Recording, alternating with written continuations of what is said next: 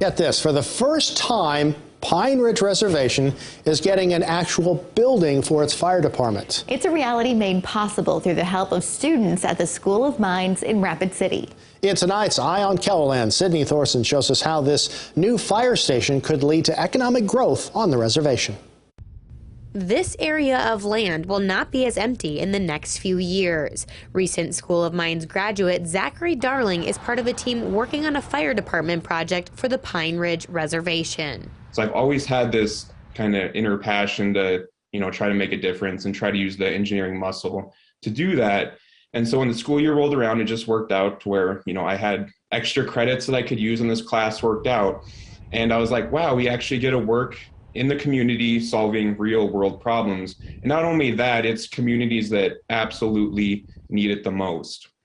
Darling says he and his peers helped with designing, engineering, and researching for the project, which is special in another way. Darling is a member of the Cheyenne River Sioux tribe. One thing that I will say on that story that became very real is that when we went to engage with the tribe, is they were very quick to tell us stories about how this is truly a life or death thing. And these are stories that are not happening in other places. And what a better opportunity than to use free students to get experience, to grow as professionals, and to, be inserted into the real world and, make it a better place. Having an actual building for a fire department will aid efforts to respond to emergencies in the area. The structural part of it for us is coming here in Bell to protect all the homes that we have, because we ain't got a lot of them, I mean, there's families in one home, so we got to try to protect those, because once you have a fire in the structure, you're displacing 20 or 30 people out of these homes.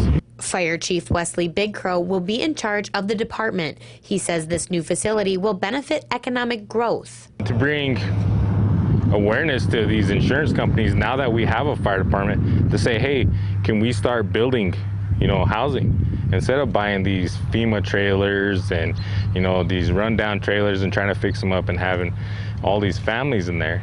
Now we can start saying, hey, we're responsible enough. We have a fire department. Wendell Yellowbull is the fire administrator for the project. He says there are plans to have 5 structural fire departments throughout the reservation. It's really important that we have multiple fire departments so that we can provide fire suppression services throughout the whole area.